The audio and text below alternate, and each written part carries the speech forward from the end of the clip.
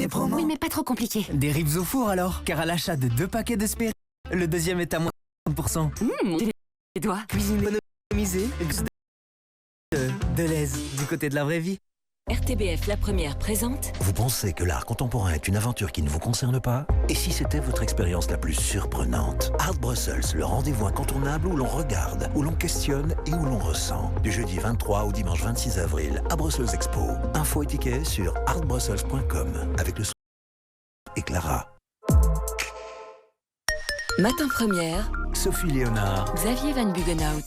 9h18, c'est l'un des photographes les plus cinématographiques au monde, Grégory Crewdson, qui réalise des photographies très mises en scène, élaborées avec des moyens quasi semblables à un tournage de cinéma, avec décors, acteurs.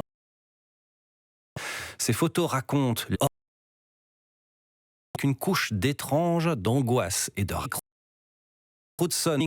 Inside, c'est une expo qui se tient au musée de la photo de Charleroi jusqu'au 16 mai prochain encore, et on en parle ce matin avec son directeur Xavier Cannon. Bonjour à vous.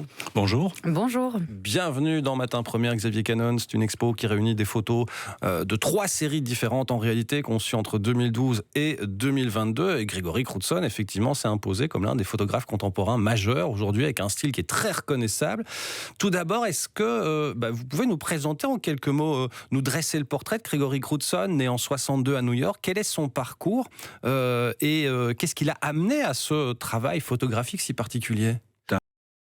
C'est un photographe dont la génération était très marquée par le cinéma, par la télévision aussi, des feuilletons comme Twilight Zone, des choses de ce genre, d'influence aussi des films de David Leitch, de Wenders, mais aussi son père était psychanalyste et il a à certains moments, je dirais, espionné les conversations avec les patients, ce qui lui a permis probablement de se faire une idée de certains tréfonds de l'âme humaine, je dirais. Et donc tout cela a composé cette espèce de mélange d'imaginaire où il crée des situations dont nous n'avons ni la fin, qu'ils nous font inventer devant une image qui sont, vous l'avez dit, des images excessivement composées, mais non pas composées avec l'intelligence artificielle ou d'autres moyens, des photographies véritablement mises en scène, c'est-à-dire dans les conditions d'un tournage de film auquel il ne manquerait que le mouvement et le son.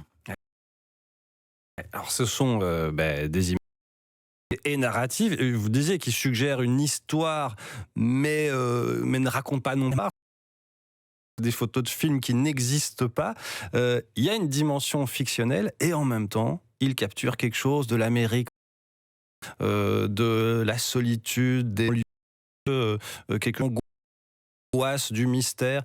Quelle est pour vous la clé de lecture centrale de ces photos?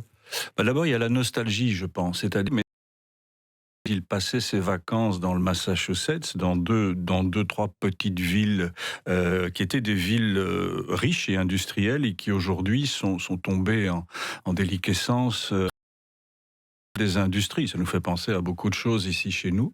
Et dans ces villes, juridiques un peu abandonnées, et c'est dans ce décor va recréer, qui est le décor, celui des vacances, qui est aussi, je crois, l'endroit où a vécu un moment son épouse.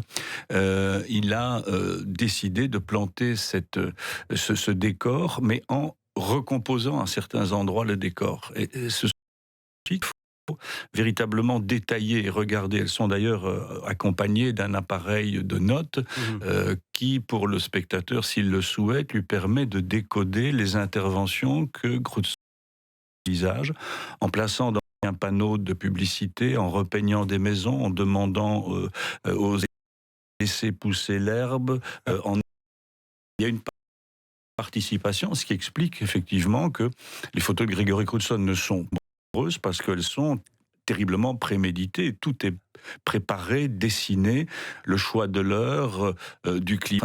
C'est une entreprise qui est complètement incroyable. Et ça parle effectivement, pour revenir à votre question, de ce que j'appellerais.